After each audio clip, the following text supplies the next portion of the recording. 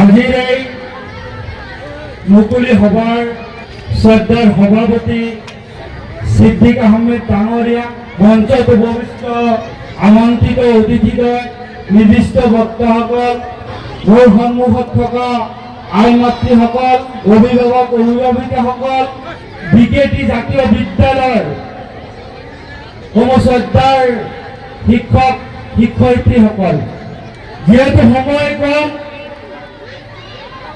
আমাৰ সকলোৱে হয়তো সাংস্কৃতিক সন্ধিয়াৰ কাৰণে ৰৈ আছে, গতিকে মই বেছি কথা নকওঁ, কিন্তু আমি এটা দুৰ্ভাগ্যজনক কথা আমাৰ কাৰণে এইটো, বিশেষকৈ আমাৰ অঞ্চলত এটা বস্তু মই লক্ষ্য কৰি আছো, হয়তো আজিৰ এই মুকলি সভাখন 12টা বজাত হয়তো অনুষ্ঠিত কৰিব লগা আছিলে, কিন্তু কিহৰ কাৰণে অনুষ্ঠিত কৰিব নোৱাৰিলে, এইটো এটা দুৰ্ভাগ্যজনক কথা।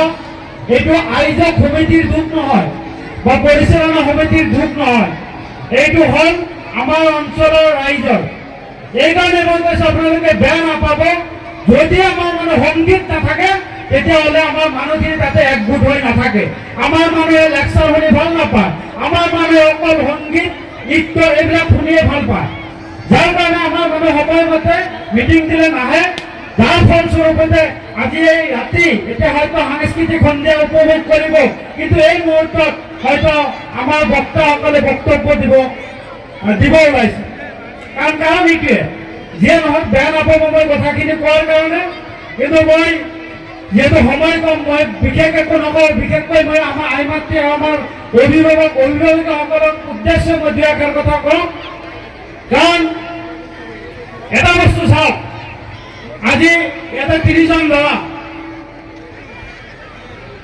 খুব সুশিক্ষিতেৰে পাছ কৰি কেনে আজি 2জন ডক্টৰ, এজন IIT পাবলৈ সক্ষম হৈছে, এইটো আমাৰ কাৰণে গৌৰৱ। এইখন অনুষ্ঠান বিকেটি জাতীয় বিদ্যালয় আজি 20টি বছৰত ধৰি দিলে, নিশ্চয়কৈ এই 20 বছৰত আমাৰ এই অনুষ্ঠানৰ পৰা বহুত ছাত্ৰ ছাত্ৰী ডক্টৰ, ইঞ্জিনিয়াৰ আৰু শিক্ষক হ'বলৈ সক্ষম হৈছে। গতিকে এই অনুষ্ঠানটো আমাৰ কাৰণে গৌৰৱ, এই অনুষ্ঠানটো জীয়াই ৰাখিব লাগিব। এই অনুষ্ঠানৰ যোগেদি এই অঞ্চলৰ ল'ৰা ছোৱালী অকল শিক্ষাৰে শিক্ষিত বুলি কৰিলে নহ'ব। মই ভাবোঁ এই অনুষ্ঠানৰ দ্বাৰা মই আজি প্ৰত্যক্ষ কৰিলোঁ, যিখিনি হয়তো গান বা নৃত্য যিখিনি মই প্ৰত্যক্ষ কৰিলোঁ, সকলোতে শিক্ষাৰে শিক্ষিত কৰিছে সেইটো কথা নহয়, চাৰিওফালৰ পৰা আমাৰ শিক্ষক শিক্ষয়িত্ৰীসকলে বা পৰিচালনা সমিতিয়ে ল'ৰা ছোৱালীক আগবঢ়াই নিয়াৰ কাৰণে যথেষ্ট যত্ন লোৱা হৈছে। তাৰ ফলস্বৰূপে আপোনালোকে নিশ্চয়কৈ দেখা পাইছে।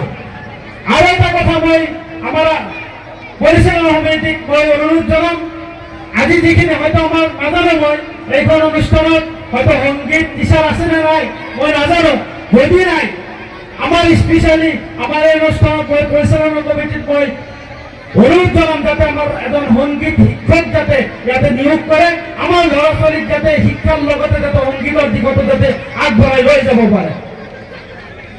গতিকে আমি ভিতৰৰ অঞ্চলৰ মানুহ, আমি সংখ্যালঘু মানুহ, আমি দুখীয়া মানুহ, আমাৰ বহুত অভাৱ অভিযোগ আছে। আৰু বিশেষকৈ আমাৰ জাতিটো আজি যদি সকলোৰ লগত অসমৰ যিমান জনগোষ্ঠী আছে চব জনগোষ্ঠীৰ লগত যদি আমি ফেৰ মাৰি দিব পাৰোঁ, যদি আমি তেখেতৰ লগতে এই জনগোষ্ঠীসকলৰ লগতে যদি আমি একেলগে আগবাঢ়িব লাগে, তেতিয়াহ'লে আমাৰ ল'ৰা ছোৱালীৰ সুশিক্ষিৰে শিক্ষিত হ'ব লাগিব, আমাৰ ল'ৰা ছোৱালী অলৰাউণ্ডাৰ হ'ব লাগিব, তেতিয়াহে আমি অসমৰ চব প্ৰত্যেকটো জনগোষ্ঠীৰ লগত আমাৰ জনগোষ্ঠীৰ একে শাৰীতে আমি থিয় হ'ব পাৰিম। গতিকে আমাৰ আই মাতৃসকলক মই অনুৰোধ জনাইছোঁ, আমাৰ ল'ৰা ছোৱালীক বিশেষকৈ এইখিনি সময় আৰু সন্মুখত মেট্ৰিক পৰীক্ষা আছে, মেট্ৰিক পৰীক্ষাৰ এই সময়খিনিত যাতে আমাৰ ল'ৰা ছোৱালীক অলপ নজৰ বেছি ৰাখে, আমাৰ ল'ৰা ছোৱালীক যাতে এই মেট্ৰিক পৰীক্ষাৰ আগত বিশেষকৈ মোবাইলটো যাতে হাতত নিদিয়ে, মই এইখিনি আমাৰ আই মাতৃসকলক মই অনুৰোধ জনাইছোঁ।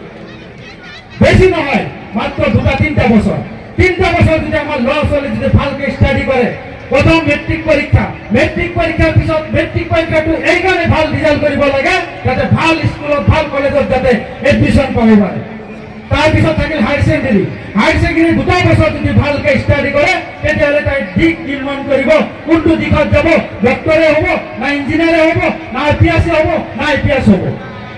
গতিকে আমাৰ মাজত ডক্টৰ ইঞ্জিনিয়াৰ হয়তো বহুত হৈছে, কিন্তু আমাৰ আই মাতৃসকলে গাৰ্জেনসকলক মই অনুৰোধ কৰিম যাতে আমাৰ মাজত APS IPS এইবিলাক যাতে আমাৰ ল'ৰা ছোৱালী যাতে হ'ব পাৰে তাৰ কাৰণে আপোনালোকে যত্নবান হওক। আমাৰ প্ৰশাসনিক বিষয়া কম হৈছে, আমাৰ জাতিটোত প্ৰশাসনিক বিষয়া নাই। গতিকে আমাৰ আই মাতৃসকলক আমাৰ গাৰ্জেনসকলক মই অনুৰোধ জনাইছোঁ যাতে আপোনালোকে ল'ৰা ছোৱালীক বিশেষকৈ অকল ডক্টৰ আৰু ইঞ্জিনিয়াৰৰ প্ৰতি আপোনালোকে জ্ঞান নীতি যাতে আমাৰ ল'ৰা ছোৱালীক APS IPS যাতে বনাব পাৰে তাৰ কাৰণে আপোনালোকে নজৰ ৰাখিব। আমাৰ জাতিটো অল ৰাউণ্ডাৰ হ'ব, অল দিশতে আমাৰ জাতিটো আগবাঢ়ি যাব লাগিব। প্ৰশাসনিক বিষয়া হ'ব লাগিব, ডক্টৰ হ'ব লাগিব, ইঞ্জিনিয়াৰ হ'ব লাগিব, ভাল শিক্ষক হ'ব লাগিব। প্ৰতিটো দিশত যাতে আমাৰ ল'ৰা ছোৱালী যাতে আগবাঢ়ি যায়।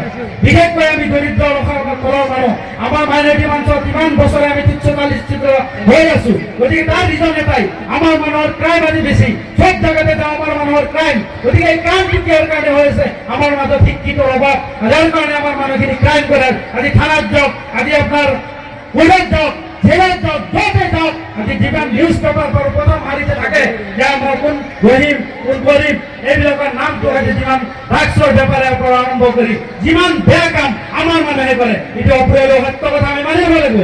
এই কথাটো মানিব লাগিব। আজি বিগত দিনত হয়তো আমাৰ অসম চৰকাৰ মাননীয় মুখ্যমন্ত্ৰী ডাঙৰীয়াৰ কঠোৰ নিৰ্দেশক আজি হয়তো আমাৰ মাজত ভয় হওক, ভাবুকিত হওক, যেনেকৈ হওক আমাৰ কিন্তু ক্ৰাইম আজিৰ ডেটত কমিছে।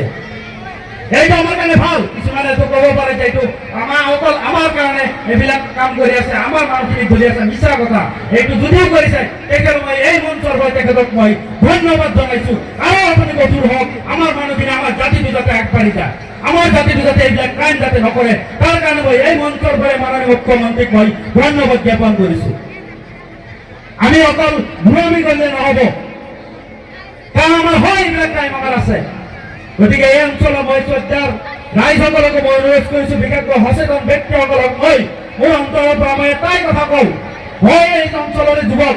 গতিকে আপোনালোকৰ লগত থাকি অন্তত যিটো বিশেষকৈ আমাৰ এই ভিতৰ অঞ্চলত যিটো ড্ৰাগছৰ বা নিচাজাতীয় বস্তুৰ কাৰণে যিটো আমাৰ যুৱক যুৱতী অন্ধকাৰৰ ফাললৈ ঠেলি আছে, গতিকে সেই বস্তুটো যাতে আমাৰ সচেতন যুৱক যুৱতীসকলে বা এই অঞ্চলৰ ৰাইজে যাতে এইটো দমন কৰাৰ কাৰণে অকল পুলিচৰ ভৰসাত নাথাকি আপোনালোকে এইখন আজিৰ দিনৰ আমৰা প্ৰতিজ্ঞাবদ্ধ হওক যে আমাৰ ল'ৰা ছোৱালী যাতে ভবিষ্যৎ যাতে অন্ধকাৰ নহওক তাৰ বাবে আমি সকলোৱে একগোট হৈ পেলাই এই ড্ৰাগছৰ বিৰুদ্ধে মাত মাতিব লাগিব।